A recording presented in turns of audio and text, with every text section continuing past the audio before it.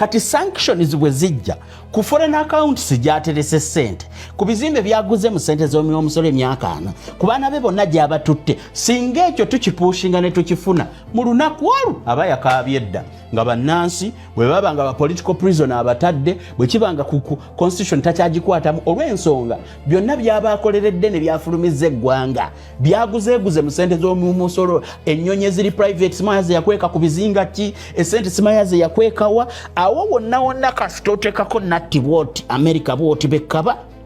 katale k'ensi yonna abatakyalina ssente zigula byakulwanyisa sente zezo kenyini kasazikwatibwa nga bwe bizze bikolebwa abantu abalala asobola okukkaanya kubanga bassebo ne bannyabo Robert Kyagulanyi Ssentamu si musajja wa fujjo nga bo mbagambye ayagala nnyo enfuga ey'amateeka Museveni nze sikati kino nkyogera nga nze bw'abanga mu butuufu nze saalyagadde na kufaafe kubanga mu bukadde bw'okufa obanga amuwadde ekirabo yalibaddewo n'alaba obuyinza nga si yalagira nga buli mu mikono gy'abantu abaagala ensi n'abeerawoko n'emyaka n'agiraba ng'ekulaakulana nga ideology y'ebyo bye yali alowooza nti bye bituufu eggwanga litukula bainvesita bayingira demokrasi yatinta abantu boogera kye baagala n'akakasa nti omugigi gwe gwali mubi n'akakundike bassebo ne bannyabo ekyo kimu. The African Report mwa reporter eyakoledde olunaku olw'eggulu by Julian Pequet mu Washington si yokka weewaawo Radio France International yasiikinze interview from Robert Kyagulanyi Ssentamu era ladies and gentlemen ndowooza olupapula luno nalwo kandukulage ku Radio France International bassebo ne bannyabo kuliko omutwe ogugamba nti Ugandan opposition leader Bobi Wine ran away for safety to the United States. The leader of the opposition party, the National Unity Platform, Bobi Wine, has resurfaced in the United States after days of uncertainty over his whereabouts, saying he fled for his life and is now seeking international backing against the government he accuses of repression. Bassebo ne bannyabo kuliko ekifaananyi ky'Oweekitiibwa Robert Kyagulanyi Ssentamu kankuyisizeemu katono. Wine appeared in Washington on Wednesday, ending almost a week of speculation as to his whereabouts after quietly leaving Uganda. A photo shared on social media showed him standing in front of the US Capitol, dressed in a suit and holding a laptop as he announced the start of his meetings in the American capital. I ran away from my country for safety. The military was looking for me to kill me, Wine told the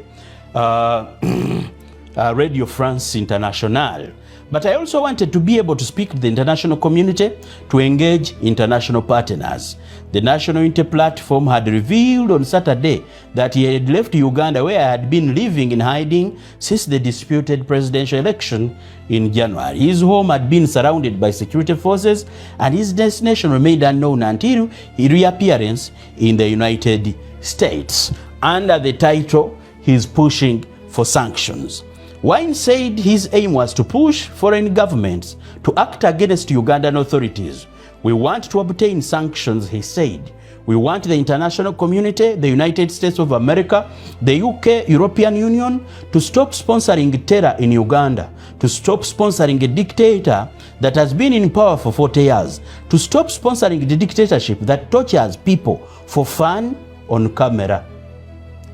Omulamwa gw'Oweekitiibwa Robert Kyagulanyi Ssentamu guli mu paragraph eyo agamba apushinga okulaba nga sanctions ziteekebwa ku gavumenti ya Museveni bwe zimuteekebwako ekisooka jjukira bannayuganda osooka kusagolinga kwennyonnyola kontendi munnayuganda eri bannayuganda banna baba bakutte mu Uganda bwe bakwatako okubibwanga mbwa ebbye omukalo gwa nnyinimu bakubanga oba kiki abasajja bakutulugunya bakuyisa bubi kyewuunyisa nga ate kituufu mwe mulabe obutambi nga baleeta abasibe ku makooti bavuga ezo emmotoka sipiidi ne baziyingiza ng'ojja baleeta mutujju mwe mwegendereze baba bavuga abantu kati nga Besigye baani nga babaleeta ku makooti balina ebintu bya firimu bye baagala okuzannya mu ggwanga ku bannansi baabwe.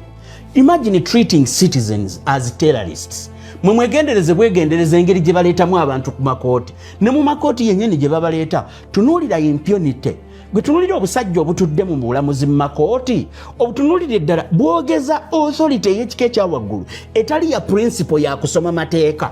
bwe bakutuusa mu maaso g'omulamuzi afuuka katonda akutunuliranga n'okukimba ne bw'oyagala okwogera takukkiriza kwogera tabaamu na remorse kwegamba bw'omutunulira ne attitude taba na willing kuwuliriza totale kubanga oyo ali waggulu yabawa obuyinza obulaga nti yatandikirwako yasembayo bannansi temulabibwa nga bantu wano nga mbyogera nga newankubadde ndi presenter kinnuma okuviira ddala kugumba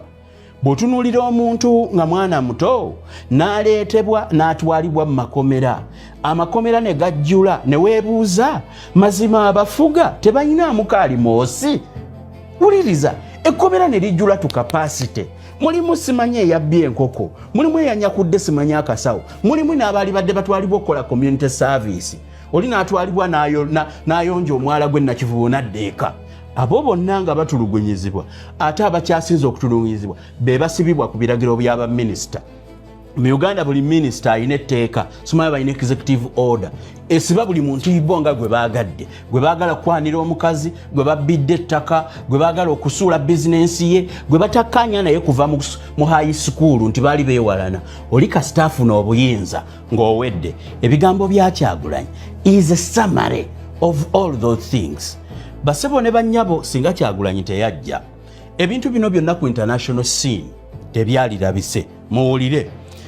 He framed his trip as part of a wider effort to mobilize international pressure. Wine had spent around 2 months in hiding before leaving Uganda. His departure last week was carried out discreetly in what appeared to be a setback for Ugandan security forces. The pressure on him had intensified, not just because of the siege around his home, but also thanks to threats from the President Yoweri Museveni's son, Kainerugaba, known for his aggressive posts on social media, who had publicly called for his death.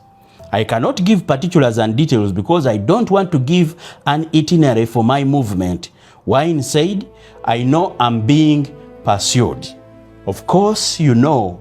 what is in this article is even smaller than what is really happening. Ebigambo byennyini ebiwandiikibwa mu articles zino bitono okusingira ddala. Bangi nnyo nga ne weewaawo post yene ekyagenda maaso nkugambye in the end of this post I can tell you go to RFI oba noonya olupapula oluyitibwa Radio France International osobola okuwandiikamu ekigambo nti Ugandan opposition leader Bobi Wine ran away for safety to the United States. Genda naawe eggulire eryo olisome.